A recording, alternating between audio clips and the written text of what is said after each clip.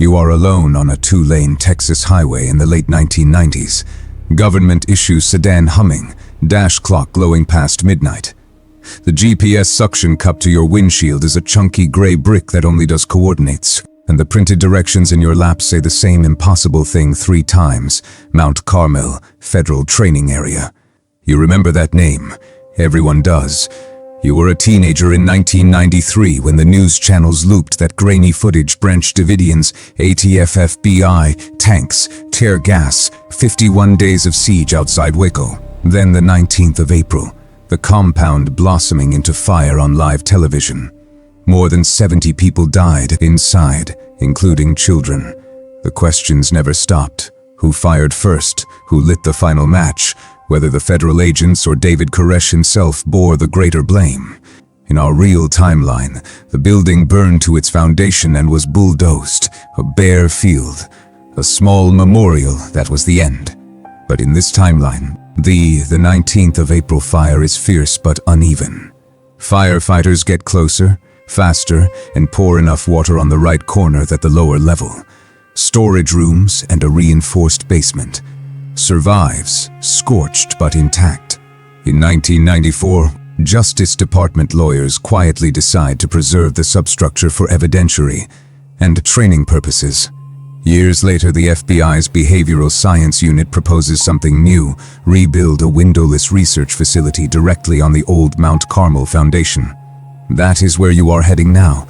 Your new ID badge clinical psychologist consultant waits under fluorescent lights somewhere ahead. The headlights catch a fresh sign: Federal Training Area. No public access. You turn onto the gravel road and see it, a concrete blockhouse rising out of the old Waco dirt. Floodlights blaze around the perimeter, and they are pointed inward, not out. The parking lot is empty, except for 3 identical sedans and a white FBI van with blackened windows. You step out into the humid Central Texas air, and the first thing you notice is the security cameras. 3 of them, mounted on poles, tracking your movement before you even reach the door. The building itself sits exactly where the news helicopters once circled, a windowless, low concrete structure with a flat roof and a single steel entrance. No windows, not one. Inside, everything is fluorescent buzz and beige drywall.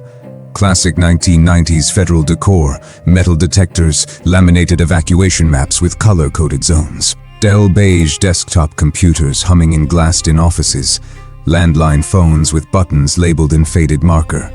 It smells like carpet glue and burnt coffee.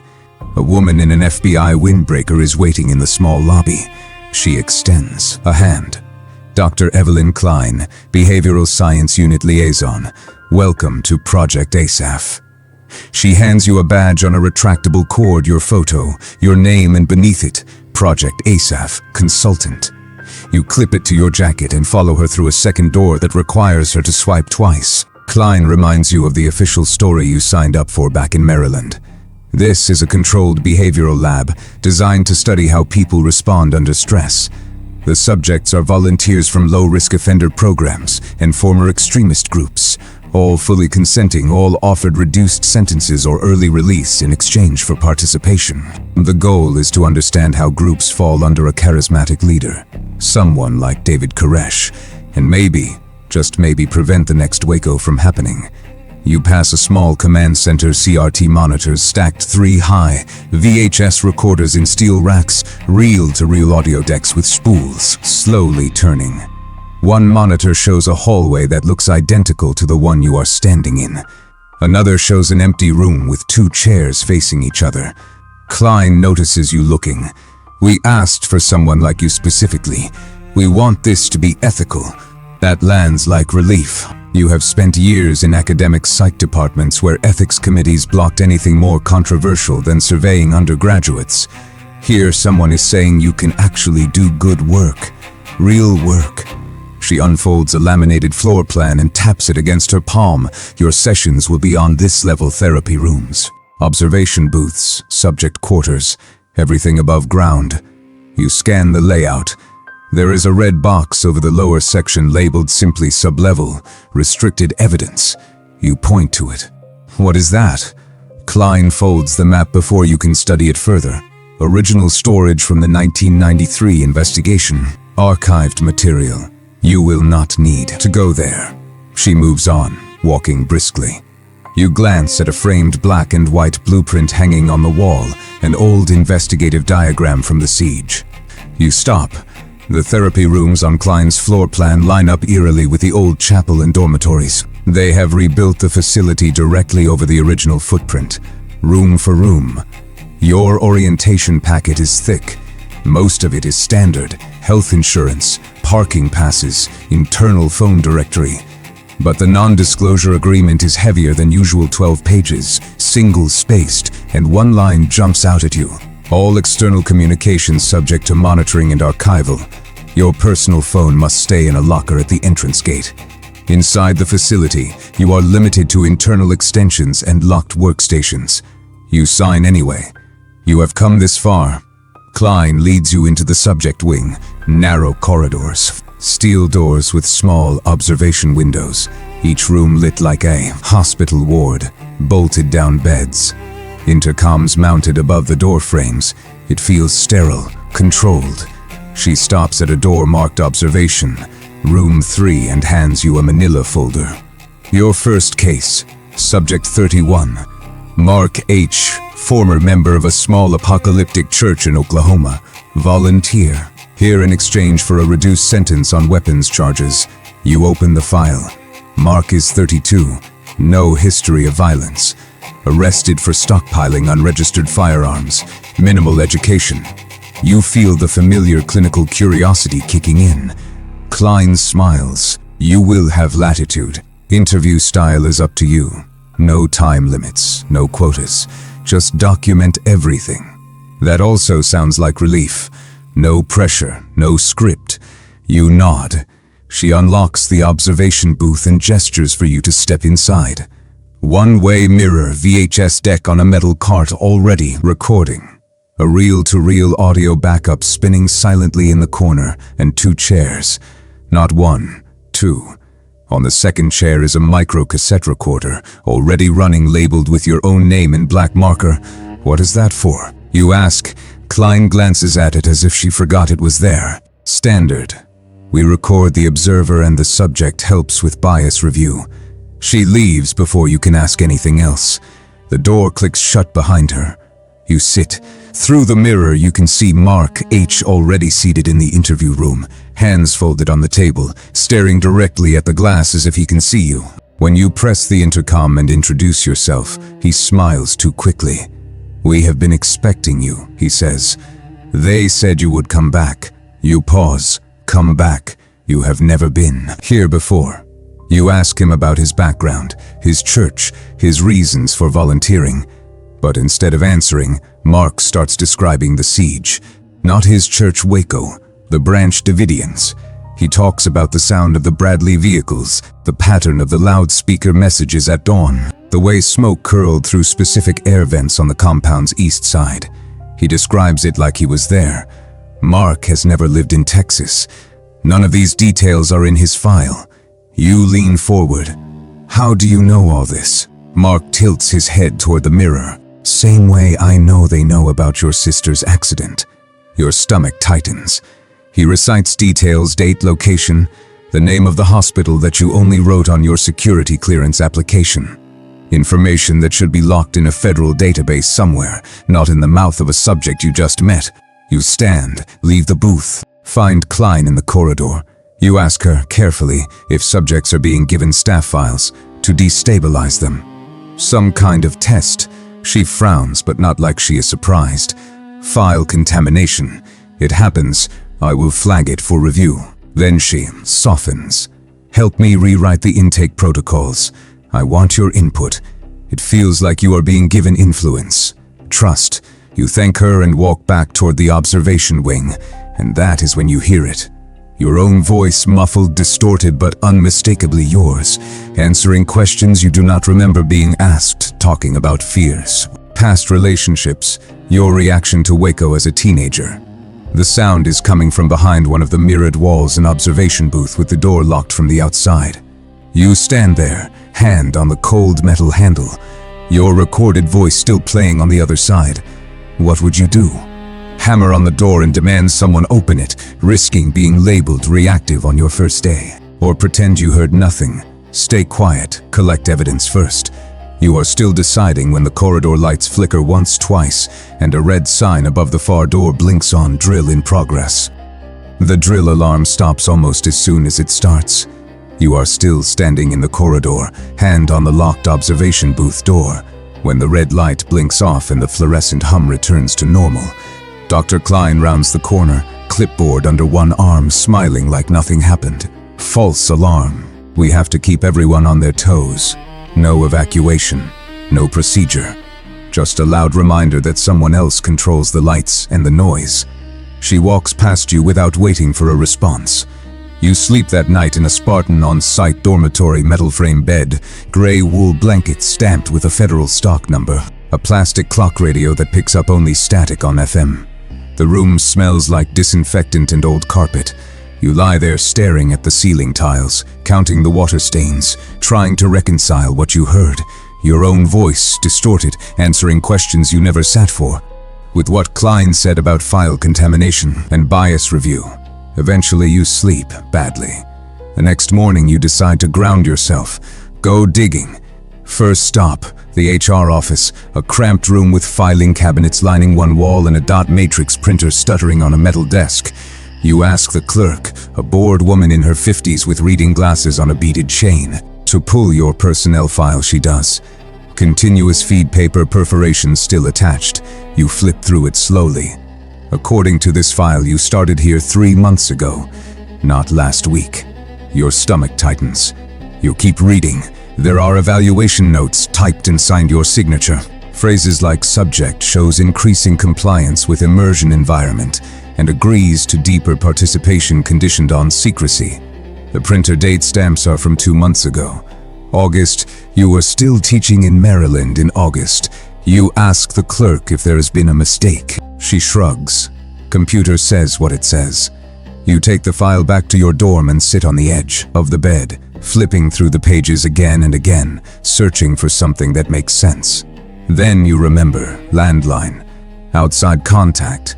There is a side office near the staff break room with a phone that has an external line. You find it. Beige rotary dial, buttons labeled in faded ink.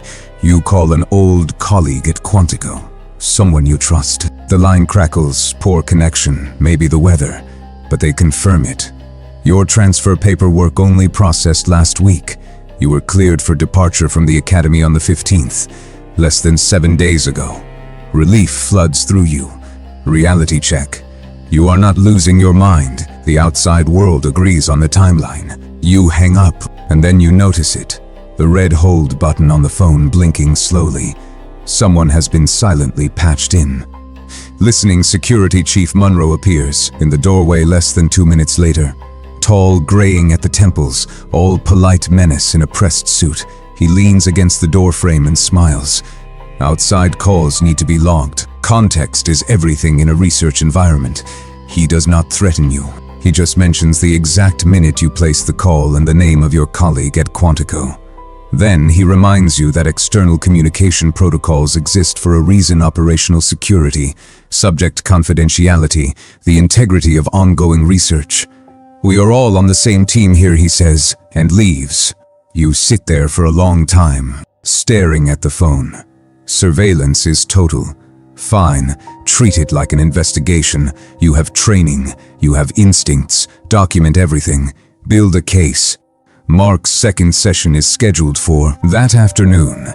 This time, when you enter the observation booth, he is already pacing the small interview room, pushing his fingers along the cinder block seams like he is feeling for something hidden.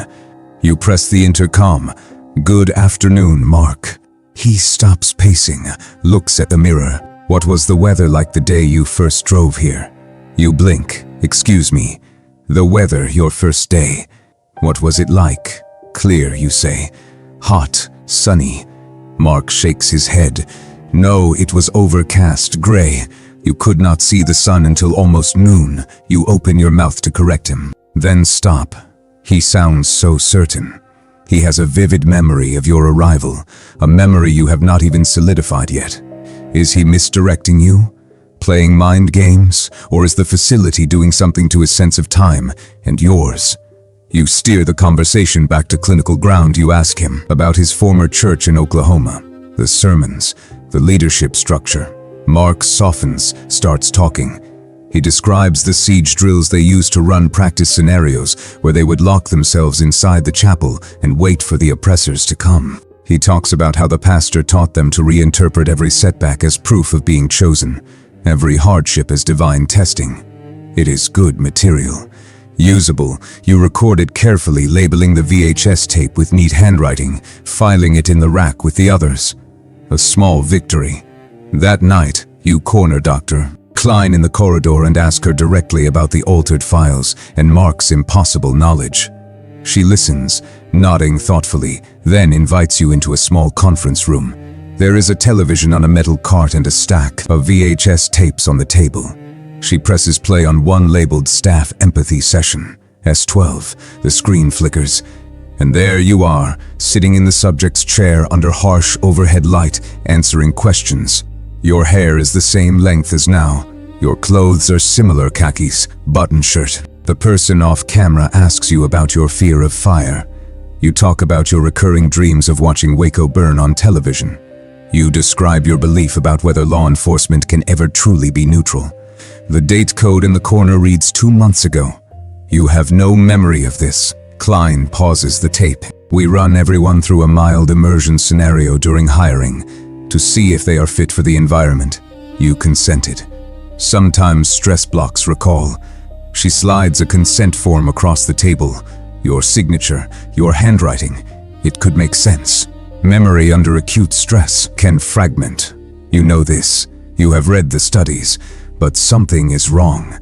The consent form is on different paper stock than the other HR documents, and the FBI letterhead, look closely, uses an outdated logo that has not been standard for years. Someone cut and pasted this together. Klein leans forward. Your reaction proves you are exactly the kind of mind we need for Phase 2. She suggests deeper immersive participation, experiencing the same drills as the subjects, to better empathize. To understand from the inside. Refusing might put a target on your back. Agreeing means they will have license to manipulate you further. What would you do if you were sitting in that chair, watching a tape of yourself you do not remember making? Would you call Klein a liar to her face, risk being written off as unstable, or play along, feign acceptance while you quietly document everything for leverage later?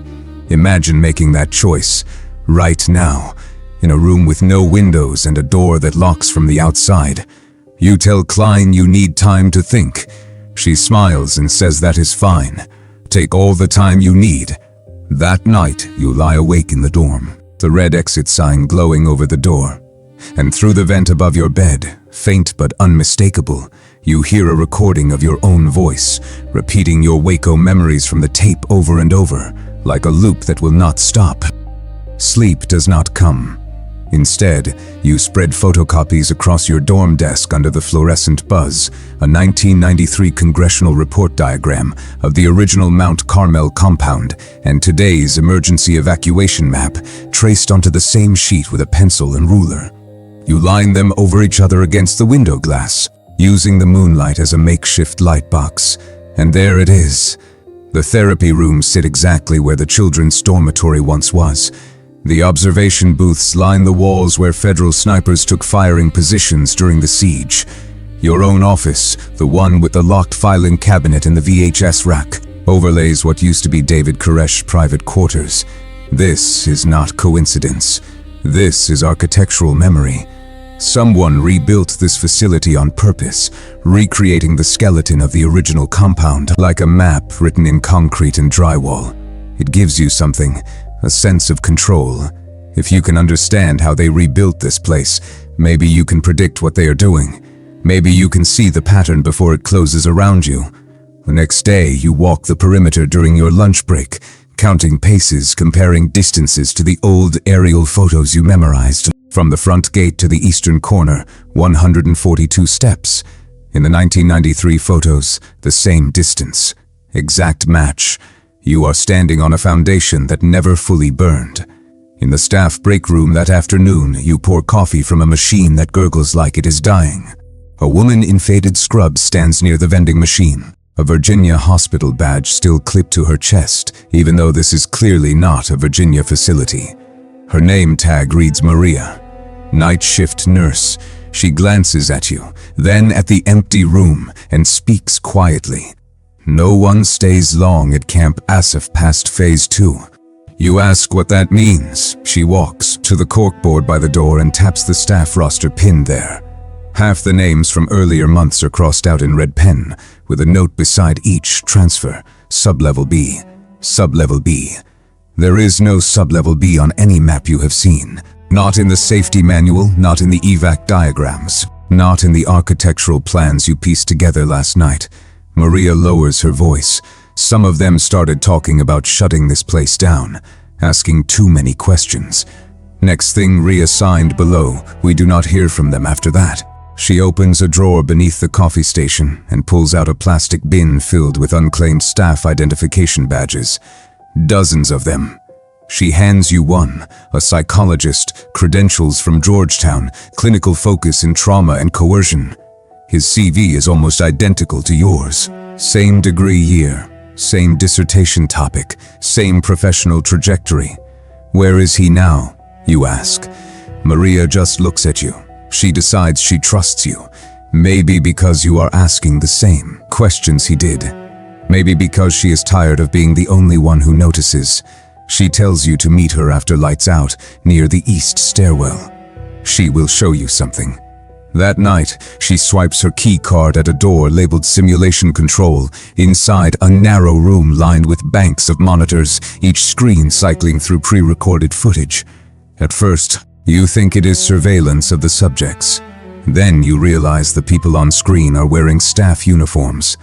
One monitor shows a young security guard locked overnight in a windowless room. Strobe lights flash at irregular intervals. A disembodied voice feeds him contradictory commands through a speaker. Sit, stand, face the wall, turn around, do not move, keep moving. He lasts maybe 2 hours before he breaks, curling on the floor, sobbing. The file name at the bottom of the screen, staff adaptation, successful. Maria watches you watching. Everyone goes through some version of this. Only some of us remember. You scan the shelf of VHS tapes beside the monitors. Most are labeled with staff ID numbers and dates. Then you see one with your initials and a date you have not reached yet. 3 weeks from now, you pull it from the shelf. The case is empty. For now, time here feels less linear, more like a script being written in real time, and you are inside it whether you agreed or not. Dr. Klein appears in the doorway. No warning, no sound. She has been tracking Maria's key card access log. She steps into the room, pen in hand, and looks at both of you with that calm, surgical gaze. Compromising the integrity of the study, she says, not as an accusation, but as a diagnosis. She reminds Maria of her husband, disabled veteran, dependent on Virginia benefits that could be reviewed at any time. She reminds you of your security clearance, your career, the non-disclosure agreements you signed without reading them closely. She does not yell, she just documents, opens a small notebook and starts writing while you stand there, turning every word you say into data, every hesitation into evidence. Later, you return to your dorm and find a new document on your pillow. Daily reflective log, staff, a questionnaire asking you to rate your trust in management, your emotional state, your belief in the necessity of secrecy. The questions mirror exactly the psychological scales you have been administering to the subjects. You are being studied in parallel. At the bottom is a pre-filled section marked Evaluator's Summary. Do not complete. Under it, someone has already typed, Subject shows increasing identification with environment. Proceed to deeper immersion. You have not even filled in today's answers yet. So here is the question. The one you cannot escape. Do you start lying on these logs, falsifying your responses to appear compliant while secretly resisting? Or do you answer honestly and hope someone inside this system sees the red flags and helps you? If this were you, really you, would you game the system Or would you confront it head-on, knowing honesty is exactly what they are mining from you? Think about that. Because the choice you make here determines whether you are still a psychologist studying trauma, or whether you have become the subject. A low mechanical hum starts beneath the floor. Deep, rhythmic, like something industrial waking after a long sleep. Maria knocks softly on your door, face pale in the hallway light. They are starting a full facility drill. Everyone goes downstairs, tonight, to the foundation level. The place where the old compound still waits, preserved under layers of federal construction and bureaucratic lies, and you are about to walk into it. The alarms whoop 3 times, sharp and mechanical, then settle into a rhythmic pulse. The overhead lights dim, replaced by red emergency strobes that flash through the beige hallways in waves. A calm, firm recorded voice instructs all staff and subjects to proceed to designated safe areas. Drill mode. The facility shifts into something else, something older. Maria grabs your arm and pulls you toward a stairwell door that has always been locked. She produces a key, borrowed months ago. She whispers and overrides the electronic panel. The door hisses open. "You wanted Sublevel," she says, breathless. "This is your chance." You descend. The concrete steps are fresh at first, painted institutional gray, clean edges. But with each flight, they age. The paint chips, the cinder block turns rough. Then the walls become soot-stained and damp, the kind of charring that comes from old fires never fully scrubbed away. The air cools. You can taste moisture and something metallic, like rust or old blood, oxidized into the stone itself. The last landing has no wall-mounted map, no modern signage. Just an old rusted plaque, half-painted over in gray primer. But the letters underneath are still visible if you look closely. Mount Carmel Storage. You are standing in the original basement.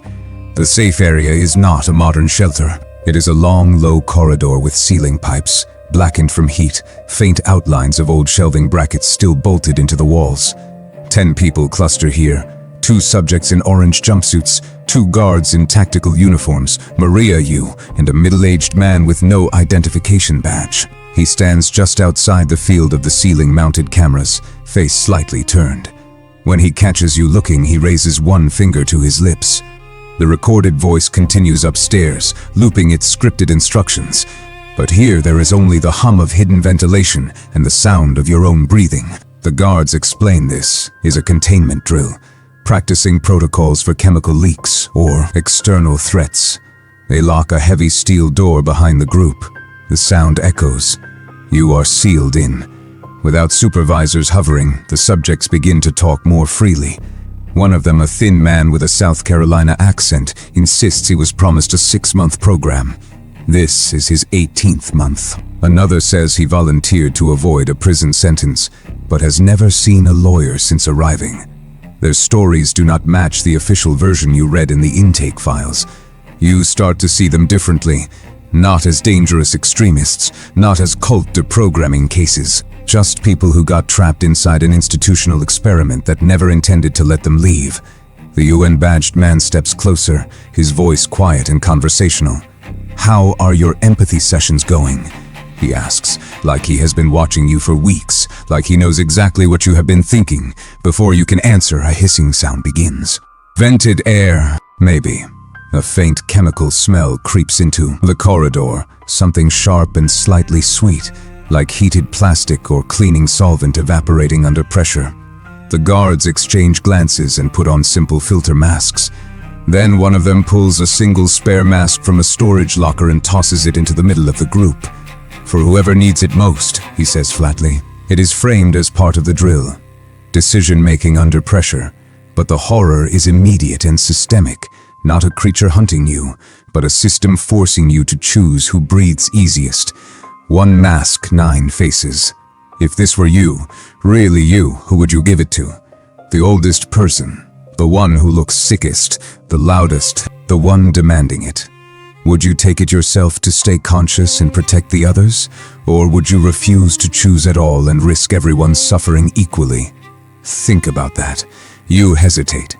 The unbadged man waves the mask toward you and says calmly, "Put it on." He breathes steadily, like he has done this before, like he knows the gas is not lethal but part of the performance. You take the mask. The elastic strap is warm, already stretched from use. The smell thickens. No one collapses, but something else happens. Time distorts. One of the subjects insists you have been locked in this corridor for hours. Your wristwatch says 20 minutes. Another subject argues it has only been 5. No one agrees. The ventilation hum gets louder, almost hypnotic, and you start to lose your grip on how long you have been standing here. Then you see it. Along the wall, half hidden by a newer layer of drywall that does not quite cover the original concrete. Scratched words, crude and deep, carved with something sharp. The 19th of April 1993, we never left. Above the words, taped under clear plastic to protect them from moisture, are Polaroids. Staff members standing in this exact corridor with different groups of people, different drills, dated months apart. You recognize some of the faces. Then you see yourself. In one of the Polaroids, you are standing in this same spot, wearing the same clothes you are wearing right now. Your throat tightens. The unbadged man finally speaks at length, addressing you directly while the others bicker over the mask. He explains that Project ASAPH is not simply about studying extremism or deprogramming cult survivors. It is about measuring how belief can be shifted when a place is saturated with one story. How long it takes for staff to accept the facility's version of events over their own memories. Waco, he says, is the perfect site because the narrative was already contested. The fire. Who started it? Who is responsible? Federal agents or branch Davidians? The truth was never settled. You are not just here to heal them, he says, nodding toward the subjects. You are here to prove that under the right conditions, anyone can be made to believe the official fire started inside. He lets that settle. Then adds, your own doubts about who lit the real Mount Carmel fire are part of the dataset. You realize he is right. You have been questioning the history since you arrived, wondering if the federal agents were entirely truthful, wondering if the branch Davidians were entirely victims. And those questions, that uncertainty, is exactly what they have been cultivating in you. The lights flicker, then cut entirely. Emergency floor strips glow faintly, casting the corridor in pale green. 2 paths. One leads back toward the known facility, toward your dorm and your paperwork and the illusion of normalcy. The other leads deeper into a lower tunnel marked Original Foundation, authorized personnel only. The guards argue in low voices. Their radios crackle with conflicting orders. Stay in place. Evacuate. Proceed to secondary checkpoint. No one seems to know what the actual protocol is. In the confusion, you notice something. No cameras are pointed directly at the lower door. The keycard panel is exposed, vulnerable. The unbadged man stands beside you, holding a thin metal shim in his palm. He does not hand it to you, just holds it where you can see. Doors only mean something if you respect them, he murmurs. So here is the choice. Do you follow protocol, stay in the safe corridor, and trust the system that has been lying to you since the moment you signed your contract? Or do you risk everything by slipping through that unauthorized door to see what is really at the heart of this black site? What would you do in that moment? Knowing what you know now, feeling what you feel. You reach toward the key card panel. Your hand is shaking. Before you can touch it, a heavy mechanical clunk echoes from the other side of the door. Metal on metal, hydraulic pressure releasing. Someone or something systemic. Something built into this place is opening the Original Foundation door from within. The mechanism thunks again, deeper this time, and the door slides open a few inches on its own. No hand pushes it. No figure appears in the gap. It simply opens, hydraulic and deliberate, as if the building itself has decided to let you in. The unbadged man presses the metal shim into your palm. His fingers are cold. You wanted to see why they kept this place, he says, and his voice is clinical, almost gentle. You squeeze through the gap. The darkness on the other side smells like old smoke, wet concrete, and something metallic that coats the back of your throat.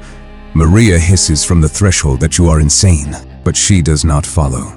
She stands there watching, ready to slam the door shut if anyone comes. Your eyes adjust.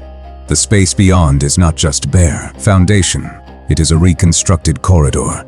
Sections of the original scorched wall have been preserved behind sheets of plexiglass, each one labeled with a tiny brass plaque like exhibits in a museum.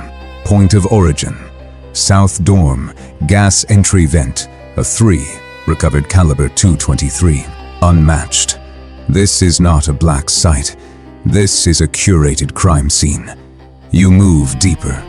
The first scenario room is a low chamber with speakers mounted in all 4 corners and a suspended grid of heat lamps hanging from the ceiling. Tape outlines mark the floor where cots once stood. A wall switch is labeled in neat block letters, Sequence, Day 51. This room was built to recreate the final day of the siege. Sound, intermittent heat. Recorded commands barking from the speakers in. Broken, garbled loops.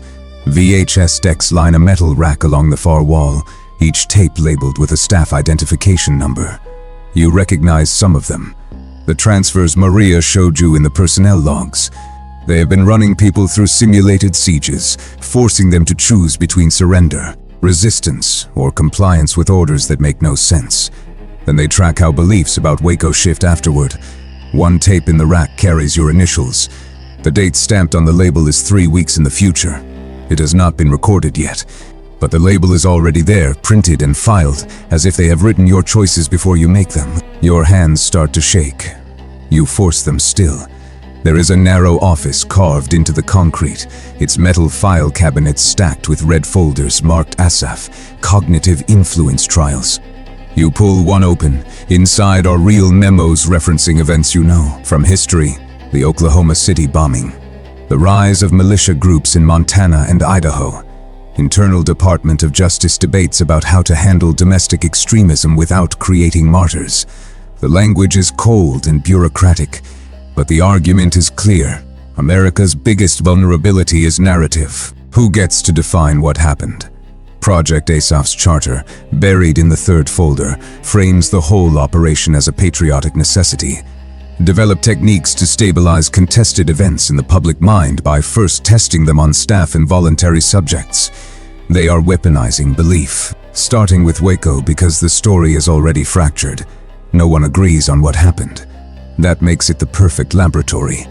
An early planning document includes a list of target staff profiles pulled from Department of Justice databases.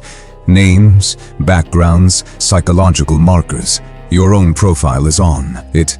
They identified you years ago when you first wrote a graduate school paper analyzing the Waco siege. You were not recruited as a neutral expert. You were recruited as an ideal test case. You hear yourself breathing too fast. Stop, focus. In a side room, you find a one-way mirror looking into a small cell.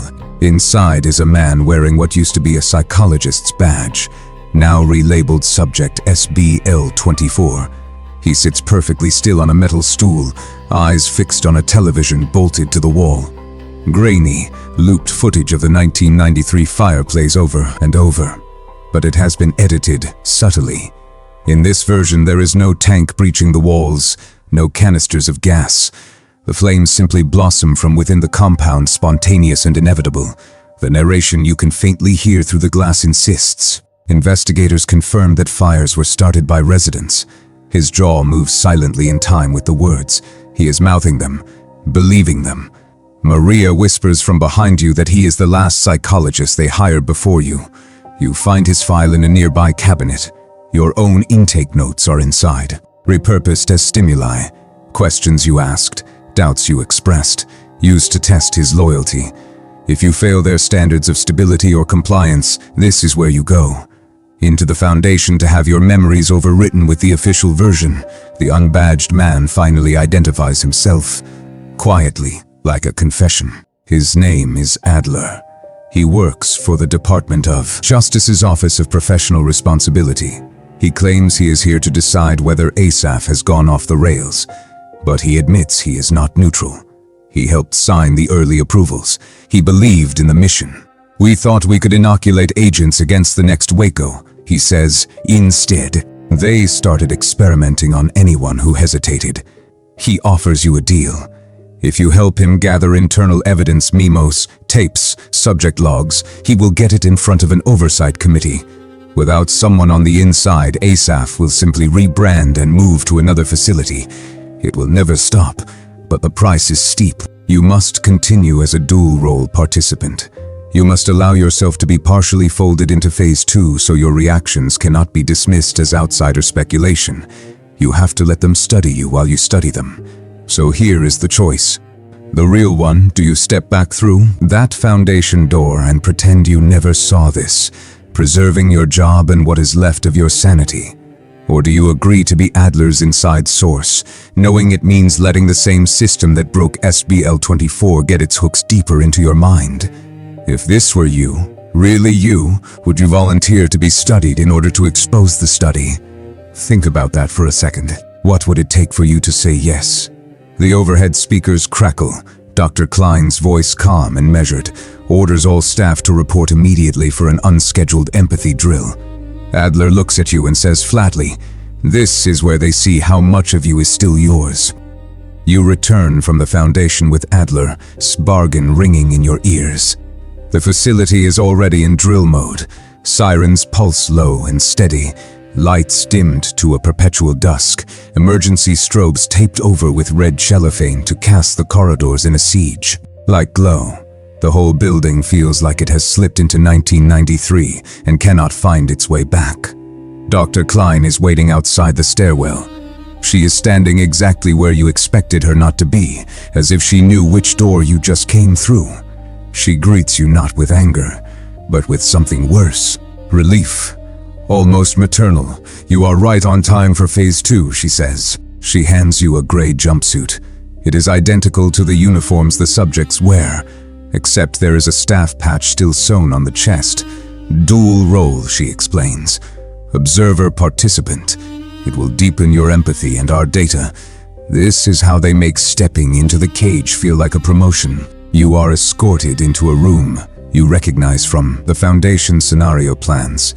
Bare concrete, no windows, ceiling sprinklers visible above you, speakers embedded in all four corners. They call it the neutral room, but it is the exact same dimensions as one of the burnt-out Mount Carmel dormitories. A camera dome blinks red in the ceiling. Over the intercom, Monroe, as measured voice sets the stage. This is a voluntary immersive exercise to help staff understand the disorientation of a siege. You can end it at any time by saying a code phrase. The phrase, they tell you, is April 19th. That date has been scratched into the very foundation beneath this building. We never left the 19th of April 1993. They are turning your trauma anchor into a safety word. Think about that for a second. They are weaponizing the very thing that should protect you. The first minutes are manageable. Lights dim and brighten unpredictably. Recordings of negotiations from Waco play at low volume, punctuated by long stretches of silence. You focus on your training. You diagnose in real time. Sensory disruption, temporal confusion, classic coercive techniques. You tell yourself you are taking mental notes for Adler's report. You are still in control, but then the inputs start to layer. The smell of simulated CS gas seeps through the vents, irritant but not enough to injure. Intermittent heat pulses radiate from the ceiling. A recorded baby crying. Then Klein's own voice spliced into old loudspeaker commands, calling you by name, telling you to come outside, telling you it is over, telling you to surrender. The code phrase suddenly feels harder to hold in your mind. Every time you think April 19th, the speakers blast a louder clip, drowning the words out before you can say them. They are not just measuring your stress. They are actively eroding your mental exits. Time fractures. A slot in the door opens. Maria slides in a paper cup of water with a post-it note stuck to it. The note reads, simply, "This is the drill, not the fire. Hold that." It is a lifeline from someone who remembers what is real.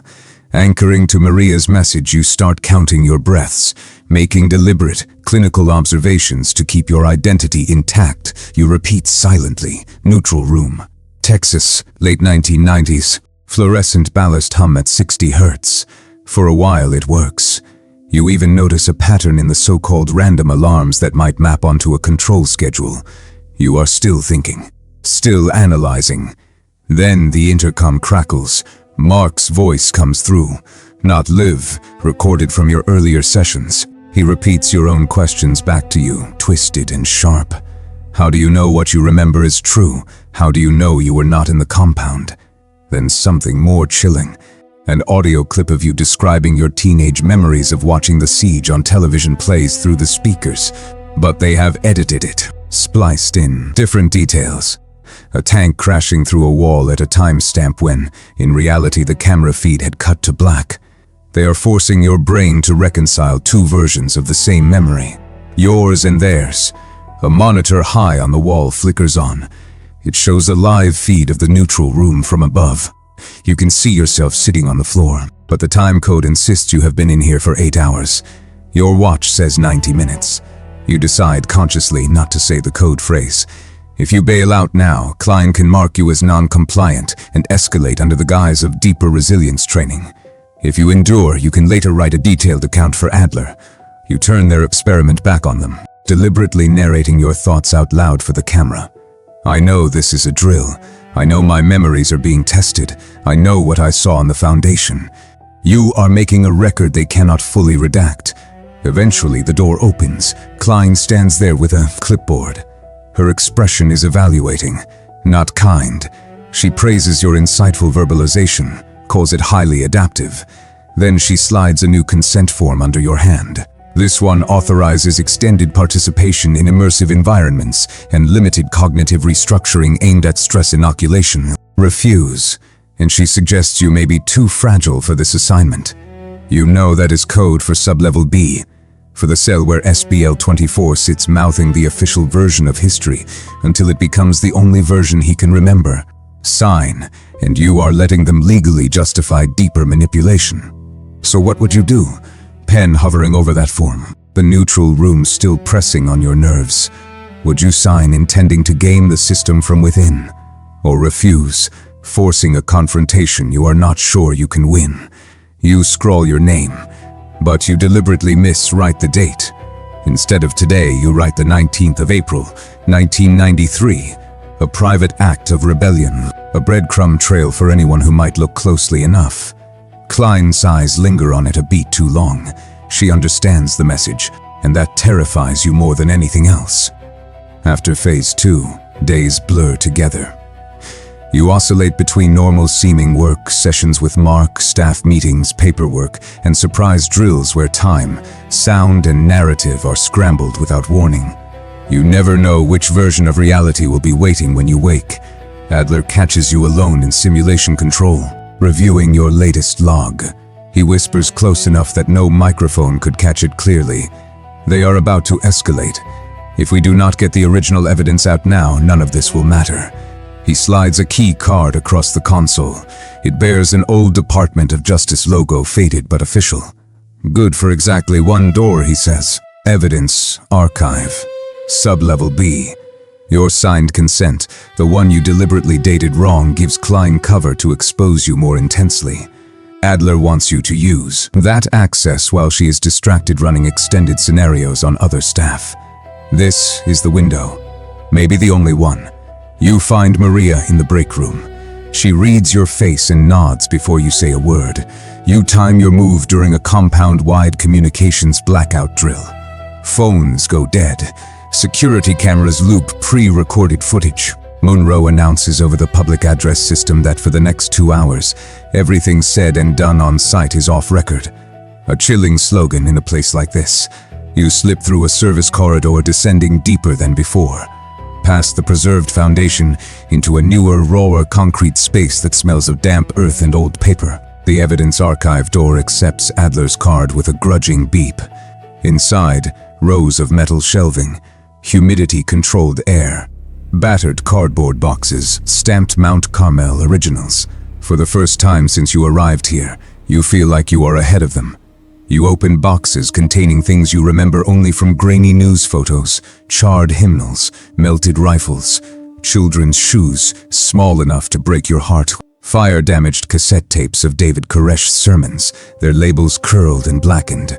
More importantly, there are sealed envelopes labeled FBI aerial footage, unedited and negotiation logs, full transcript.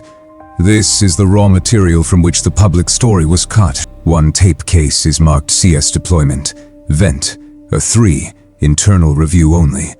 The same vent labeled in the Foundation exhibit as a point of origin. The same vent Mark mumbled about in his worst moments. You load the VHS into a dusty player hooked to a small monitor. The screen flickers, then shows overhead infrared footage of the final assault. Armored vehicles pushing in. Gas being pumped, shapes moving inside the compound. Bright white against the cooler background. But here, in the unedited version, you see something missing from the public releases. A flare-like bloom of heat from the armored vehicle itself, right before fire erupts in the window above vent. A 3. It is not proof of deliberate arson, but it is evidence that the assault created conditions where fire from outside was at least as likely as from within. The official certainty that they burned themselves is not supported by this tape. Maria finds another log. Some agents on the ground urged a pullback when fire started. Command overrode them, ordered them to hold position, to maintain the perimeter even as people inside were dying. This gives you and Maria a clear objective. If you can copy these crucial tapes and logs, Adler cannot be dismissed as some crank. There will be primary evidence that ASAPH grew from a need to control fallout from operational mistakes. That this whole nightmare facility exists because someone somewhere needed the Waco story to stay simple. You start dubbing onto a fresh tape, labeling it with a code name only Adler will recognize. As the machines whir, Maria finds a more recent box. Not from 1993, but from the late 1990s. Labeled ASAPH applications. Inside are proposals and test results showing ASAPH techniques being considered for use overseas on terrorism suspects. Complete with phrases like plausible deniability, non-physical coercion, and narrative harmonization post-incident. A memo dated only weeks ago mentions exporting successful protocols from Waco facility to black sites in undisclosed locations.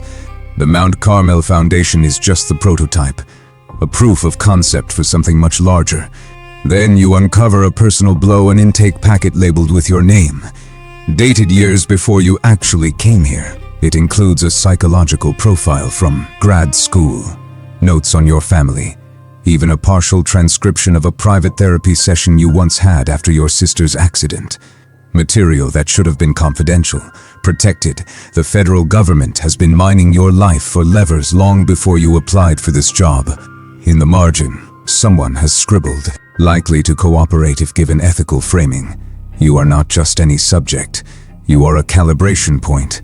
Proof that even morally serious people can be nudged. Rage is clarifying. You and Maria stuff the copied tape, a handful of key memos, and the profile margin notes into a plain evidence bag. You plan to smuggle it out via Adler. This could be enough to trigger a real investigation. Maybe even shut ASAPH before its methods spread to other sites, other countries, other people who think they are doing the right thing. As you exit the archive, however, Monroe is waiting in the corridor, flanked by 2 guards, his posture almost bored. He carefully takes the bag from your hands, glances inside without surprise, and says, "Good. We wanted to see how far you would go." Then he reveals the twist that is not nonsense but awful logic. Adler is not purely your ally.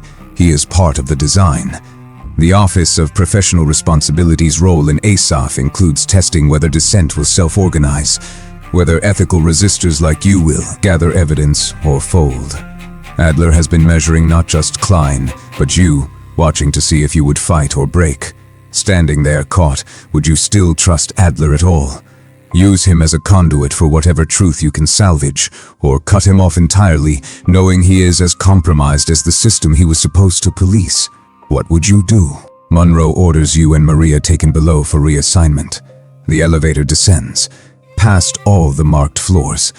The panel lights die out one by one as you sink deeper into the earth beneath Mount Carmel, and you realize there are levels to this place you have never seen. Levels where the drills do not end. The elevator hums into unmarked space. You are sinking below even the foundation, into a level never intended for daylight. When the doors finally open, you and Maria step into a wide chamber lit only by red emergency strips along the baseboards. The walls here are raw rock and old-poured concrete, sweating moisture that pools in the corners. A sign on the far wall reads "Lockdown Scenario, Live Environment." This is not a place where they simulate drills for agents. This is the drill. An entire sealed world for staff who know too much. Monroe briefs you with clinical detachment. A containment exercise is underway. He explains, framed as a necessary test of Phase 2 participants. Communication with the surface is cut. Each person here, you, Maria, Adler, who is already present and looks worse than you have ever seen him, and a handful of transfer staff including that hollow-eyed psychologist SBL-24, will be given conflicting instructions over earpieces. Some will be told to preserve evidence, others to destroy it, others simply to survive.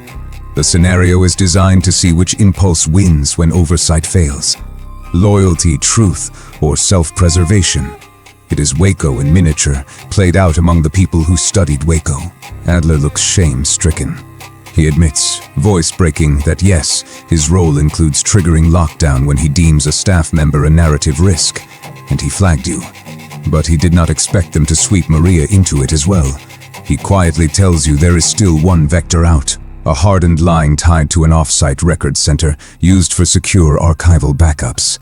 If that line is activated during a scenario, all running feeds, video, audio, logs automatically copy out before they can be scrubbed. The problem is that the line can only be triggered from a terminal at the far end of the lockdown level, past a maze of rooms rigged with the same tools they used upstairs.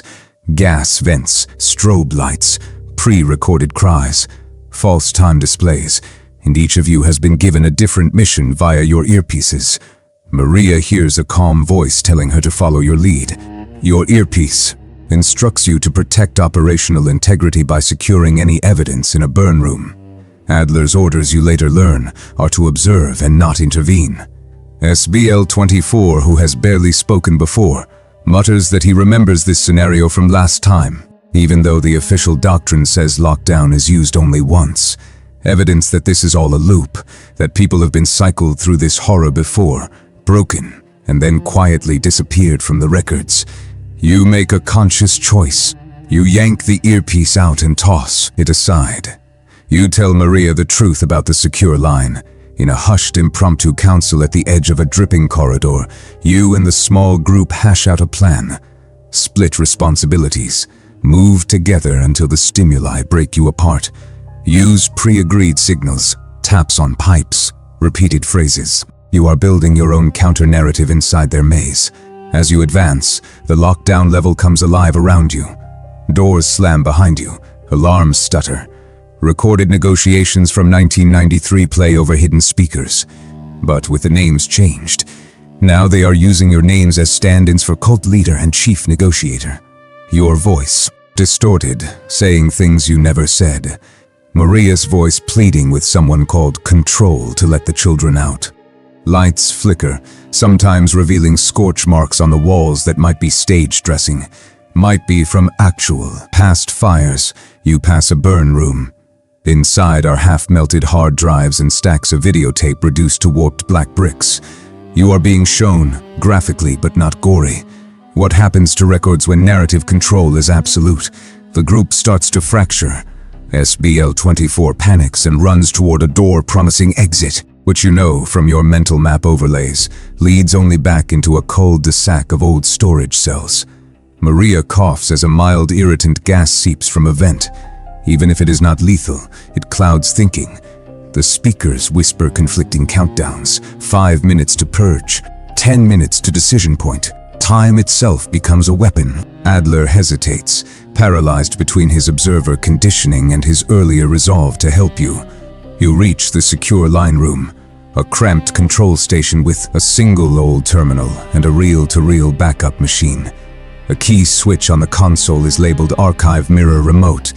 This is the nerve. You shove a chair under the door handle while Maria leans against it, wheezing but conscious, hands shaking. You insert your stolen memos into a scanner slot and flip the key. Lights on the machine begin to spin. Somewhere above, a system you have never seen starts saving everything ASAPH is doing to an off-site archive. Every tape, every log, every psychological profile, every memo about exporting these methods overseas. Over the public address system, Dr. Klein announces that the scenario has entered catastrophic failure mode. Her voice is calm, clinical. When internal elements propagate contaminated narratives, isolation and termination are indicated. Monroe pounds at the door. The control room, lights dim. The backup machine begins to make a high, stressed whine, like it might seize. Adler yells that if you push it any further, they will classify you as a threat actor. Everything you have sent will be buried under national security exemptions. Yet if you stop now, it might be scrubbed entirely. The choice is impossible. If you were at that terminal, knowing the archive key could either broadcast your evidence or entomb it in secrecy, would you keep it turned, risking being branded a traitor and possibly never leaving this level, or would you shut it off, hoping to fight another day inside the system? What would you choose? You lean your weight on the key, refusing to let it spring back. Smoke begins to curl from the machine's vents, maybe from overworked electronics, maybe a theatrical effect. The screen flashes transmission in progress. The door shudders as Monroe and his guards begin ramming it. Maria is whispering something you cannot quite hear. Adler has backed into the corner, face buried in his hands. And the reel-to-reel keeps spinning, spinning, spinning, broadcasting your defiance into the dark. The machine screams, then dies. The terminal goes black. Lockdown ends not with violence, but with the numbing clack of relays as lights return to normal fluorescent and the public address announces, blandly, "Scenario concluded." You wake in a civilian hospital weeks later. They tell you that you suffered an exhaustion episode at a federal training exercise. An FBI liaison assures you that you were never in danger. Some people simply do not adapt well to high-stress environments. There is no mention of sublevels, archives, or Mount Carmel's original foundation. Maria is transferred. Adler is no longer assigned to your case. Months later, a friend at a law school sends you a link. A quietly released Inspector General report on behavioral training irregularities at an unnamed facility. Heavily redacted, but with footnotes citing concerns about immersive scenarios and narrative stabilization research. One appendix references unvetted archival transmission from a site decommissioned in Central Texas.